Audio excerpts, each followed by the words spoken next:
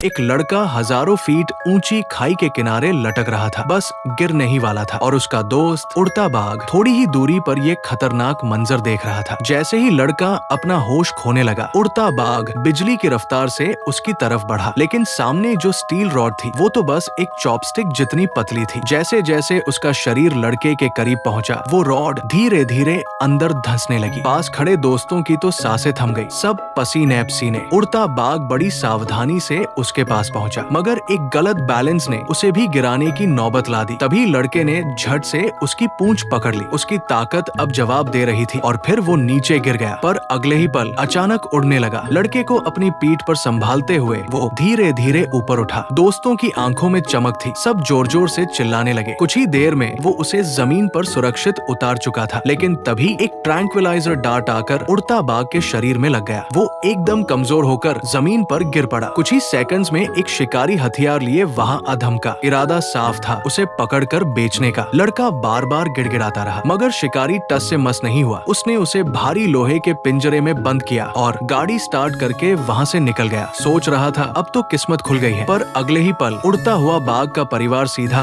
उसकी गाड़ी की तरफ आ गया। उनकी गरजती आवाजें सुनकर शिकारी के तो होश उड़ गए। वो भागने ही वाला था, पर तब तक उसकी गाड़ी उनके मजबूत पंजों में फंस चुकी थी। फिर दो और दिव्य जीव भी वहां पहुंच गए। शिकारी अब पूरी तरह पैनिक में था, इतना कि शायद डर के मारे उसका कपड़ा तक भीग गया। उसे लगने लगा कि अब तो जान नहीं बचेगी। जल्दी से उसने उड़ता बाघ को गाड़ी से बाहर निकाला, शायद उसे बंधक बनाकर अपनी जान बचाना चाहता था। बाकी जानवरों ने हालात को देखकर खुद को रोका। तभी पीछे से एक बुजुर्ग आदमी ने फुर्ती से कदम उठाया और एक ही झटके में शिकारी को काबू में कर लिया। इस मौके का फायदा उठाकर उड़ता बाघ फौरन अपने परिवार के पास लौट गया।